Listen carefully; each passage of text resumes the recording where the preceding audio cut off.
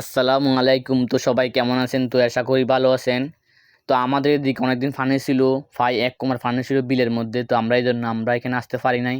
তো এখন পানি একটু কমেছে, এইজন্য আমরা আমাদের এই যে জ্বালাগুলো দেখতে আসলাম।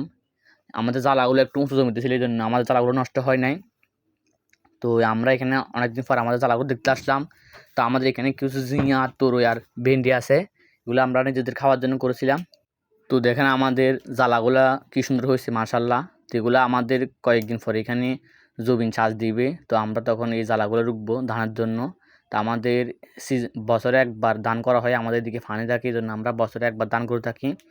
তো আমাদের জ্বালাগুলো দেখেন মাশাআল্লাহ খুব ভালো হয়েছে। আমাদের আরেকটা জমি আছে জ্বালার, ওইটা একটু নিচু জমি ছিল, ওটার মধ্যে পানি উঠে গেছে, ওটা আর আপনার দেখাবো। তো এখন আমাদের গরুর জন্য কিছু গাছ লাগবে, আমাদের গাছের জমি ফাঁসা ছিল, ওই জন্য আমরা গাছ কাটতে চলে যাইতেছি। তো আমাদের বেশি গাছ লাগে না, ১ থেকে ২ আটি গাছ লাগে। তো সামনে দেখেন একটা কুকুরকে দাওয়া দিছে। তো এটা তো এখন আমরা আমাদের গাছের জমিতে চলে যেতেছি, আমাদের গাছ কাটা লাগবে।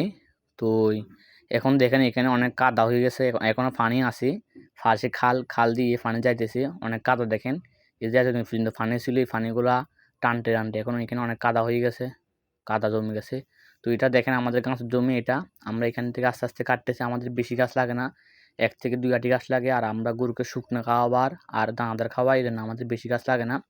তো এখন আমাদের গাছে একটু কম আছে, এই জন্য আমরা কম কম করে কাটতেছি। তো দেখেন এই আমাদের গাছের জমিটার মধ্যে আমরা গাছ কাটতেছি। তো এই গাছটা তেমন সার, জৈব সার কিছু দেওয়া লাগে না, আমরা এগুলো ফানে থাকলে খুব ভালো ফলন হয়। তো আমরা তেমন একটা জৈব সার দিই না। যখন আপনার গ্রীষ্মকাল থাকে তখন আমরা একটু দিয়ে থাকি, তখন একটু ফানে দিয়ে ভরাইতে হয় জমিটা গাছের জন্য।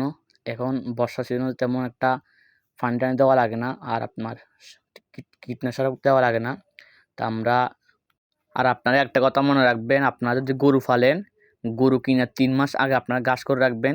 কারণ কাঁচা ঘাস ছাড়া গরু পালন অসম্ভব। অনেকে বলে শুকনা খড় দিয়ে গরু পালতে পারে, কিন্তু না, এটা অসম্ভব। শুকনা খড় দিয়ে আপনি গরু পালতে পারবেন না।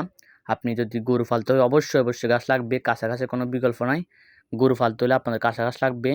তো এই আমাদের আরও আমরা কাঁচা ঘাস বাড়াবো। আমাদের ৩টার মতন জমি আছে, প্রায় ১৫ শতাংশের মতন আছে জমি, কাঁচা ঘাসের জমি। আমরা সামনে আরও কাঁচা ঘাসের জমি বাড়াবো। তো আপনারা যদি গরু পালতে চান তাহলে ৩ থেকে ৪ মাস আগে গাছ রোপণ করবেন, পরে গাছগুলো কেটে কেটে গরু পালতে পারবেন। তো আমাদের গাছ কাটা হয়ে গেছে, আমাদের বেশি গাছ লাগে না, কারণ মানে এখন একটু গরু কম আছে, পরে গরু যখন নিব তখন আরও একটু বেশি লাগবে।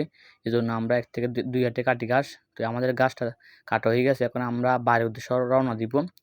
তো এখানে এখনও পানি আছে জমির মধ্যে, প্রায় ১ হাঁটু পানি। তো আমাদের ঘাস কাটতে একটু কষ্ট হইতেছে, কারণ এখন দুপুরের টাইম, এখন একটু গরম বেশি পড়তেছে। তো কিছু করার নাই, আমাদের কাজগুলো করতে হবে কষ্ট হলে। তো আমাদের প্রায় ঘাস কাটা শেষ হয়ে গেছে, এখন আমরা বাড়ির উদ্দেশ্যে রওনা দিব। তো দেখেন আমাদের বাড়ির উদ্দেশ্যে রওনা দিতেছি আমরা।